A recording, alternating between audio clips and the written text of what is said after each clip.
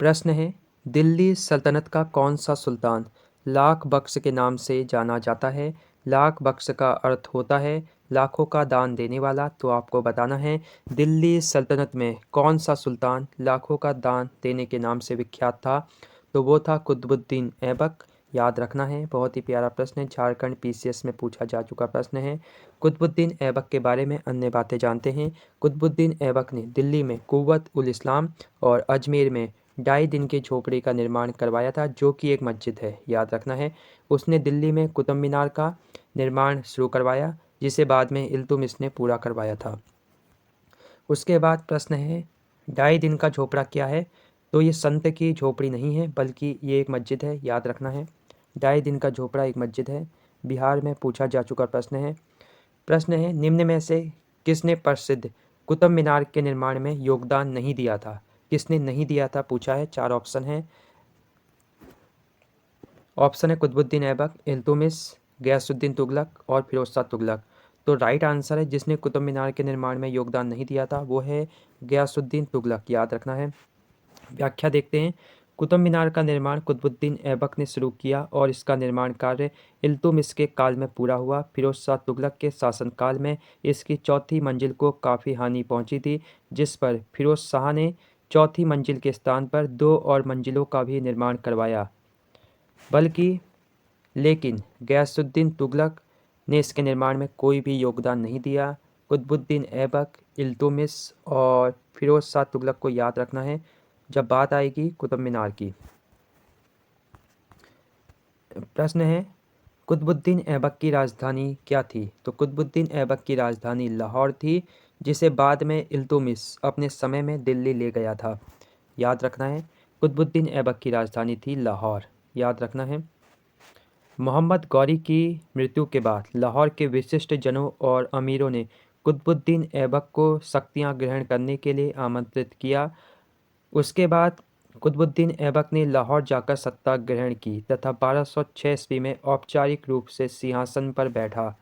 तो कुतुबुद्दीन ऐबक की राजधानी थी लाहौर और उसने लाहौर जाकर ही सत्ता ग्रहण की थी 1206 ईस्वी में। याद रखना है, कुतुबुद्दीन ऐबक की राजधानी थी लाहौर। तो राजधानी याद होनी चाहिए। उसके बाद है, सुल्तान कुतुबुद्दीन ऐबक की मृत्यु कैसे हुई?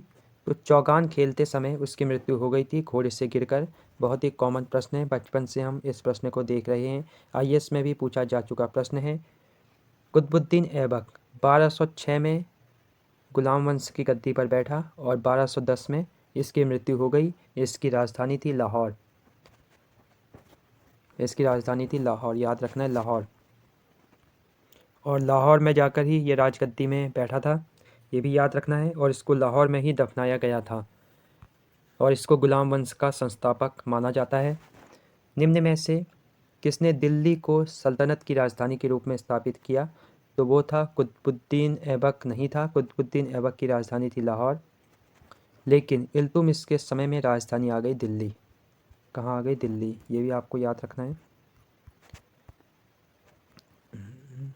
2 बार पूछा जा चुका प्रश्न है। अब इल्तुमिश के बारे में देख लेते हैं। इल्तुमिश का जो शासनकाल है वो 1210 से 1236 ईस्वी के बीच का शासनकाल है। इल्तुमिश ने दिल्ली को सल्तनत की राजधानी के रूप में स्थापित किया। इससे पूर्व कुतुबुद्दीन ऐबक ने लाहौर से ही शासन किया था, वो कभी दिल्ली नहीं आया। इल्तुमिश ने ही भारत में सल्तनत काल में सबसे पहले शुद्ध अरबी सिक्के चलाए थे। सल्तनत युग के 2 महत्वपूर्ण सिक्के चांदी का टंका और तांबे के जीतल उसी ने प्रारंभ किए तथा सिक्कों पर टकसाल का नाम लिखवाने की जो परंपरा थी वो भी इल्तुमिश ने प्रारंभ की थी। तो बहुत ही अच्छा पॉइंट है, याद रखना है। सल्तनत युग में चांदी का टंका और तांबे का जो जीतल था उसकी जो शुरुआत है वो इल्तुमिश के समय से हुई है। दिल्ली का प्रथम सुल्तान कौन था जिसने नियमित रूप से सिक्के जारी किए तथा दिल्ली को अपने साम्राज्य की राजधानी घोषित की? तो वो था, आप सबको पता है, इल्तुमिश। इल्तुमिश की राजधानी थी दिल्ली। प्रश्न है, निम्न में से कौन सी इल्तुमिश के राज्यकाल में सल्तनत की राजधानी थी? तो वो थी दिल्ली। बहुत बार रिपीट हुआ है एआरओ में। प्रश्न है, सल्तनत के निम्न सुल्तानों में से किसने सबसे पहले अपनी राजधानी दिल्ली स्थानांतरित की थी? तो दिल्ली किसने स्थानांतरित की थी? इल्तुतमिश ने। बहुत ही अलग अलग प्रकार के प्रश्न बन रहे हैं एक ही प्रश्न को घुमाकर, तो इसी प्रकार के प्रश्न बनेंगे। इम्पोर्टेंट है क्योंकि दिल्ली इम्पोर्टेंट है। दिल्ली का प्रथम मुस्लिम शासक कौन था? तो वो था इल्तुतमिश। कौन था? इल्तुतमिश, जिसकी राजधानी थी दिल्ली। दिल्ली का पहला सुल्तान था इल्तुतमिश। उसने सुल्तान के पद की स्वीकृति गौर के किसी शासक से नहीं अपितु खलीफा से प्राप्त की थी। किससे प्राप्त की थी? खलीफा से। खलीफा ने इल्तुतमिश के शासन की पुष्टि उस सारे क्षेत्र में कर दी जो उसने विजित किया और उसे सुल्तान ए आजम की उपाधि दी। सुल्तान ए आजम की उपाधि किसे मिली थी? इल्तुतमिश को मिली थी। किसने दी थी? खलीफा ने दी थी। इस प्रकार वो कानूनी तरीके से दिल्ली का प्रथम स्वतंत्र सुल्तान था। उसके बाद जो इम्पोर्टेंट है, उसने भारत में तुर्की राज्य को संगठित किया, मंगोल आक्रमण से बचाया, राजपूतों की शक्ति को तोड़ने का प्रयास किया और सुल्तान के पद को वंशानुगत बनाया। सुल्तान के पद को वंशानुगत किसने बनाया? इल्तुतमिश ने बनाया। दिल्ली को तुर्की राज्य की राजधानी के अनुरूप वैभवपूर्ण बनाया और अपने नाम के सिक्के चलाए। ये था इल्तुतमिश का शासनकाल। इल्तुतमिश ने सुल्तान के पद को वंशानुगत बनाया था, याद रखना है। गुलाम का गुलाम किसे कहा जाता है? गुलाम का गुलाम इल्तुतमिश को कहा जाता है। गुलाम का गुलाम इल्तुतमिश को कहा जाता है, ये आपको याद रखना है। मोहम्मद गौरी के गुलाम कुतुबुद्दीन ऐबक ने इल्तुतमिश को खरीदा था। मध्यकालीन भारत की प्रथम महिला शासिका कौन थी? आप सबको पता है, रजिया सुल्तान थी, जिसका शासनकाल था 1236 से 1240। कब तक? 1236 से 1240 इनका शासनकाल था रजिया सुल्तान का। 2 बार प्रश्न पूछा जा चुका है, याद रखना है। प्रश्न है, मंगोल आक्रमणकारी चंगेज खां भारत की उत्तर पश्चिमी सीमा पर निम्न में से किसके काल में आया था? तो चंगेज खां, बहुत अच्छा नाम है, बहुत ही खतरनाक नाम है। तो चंगेज खां था मंगोल, किसके शासनकाल में आया था ये भारत में, आपको बताना है। तो उस समय शासन था इल्तुतमिश का। इल्तुतमिश के समय में ही चंगेज खां आया था भारत में। बहुत ही अच्छा प्रश्न है, याद रखना है। प्रश्न है, दिल्ली का कौन सा सुल्तान मंगोल नेता चंगेज खां का समकालीन था?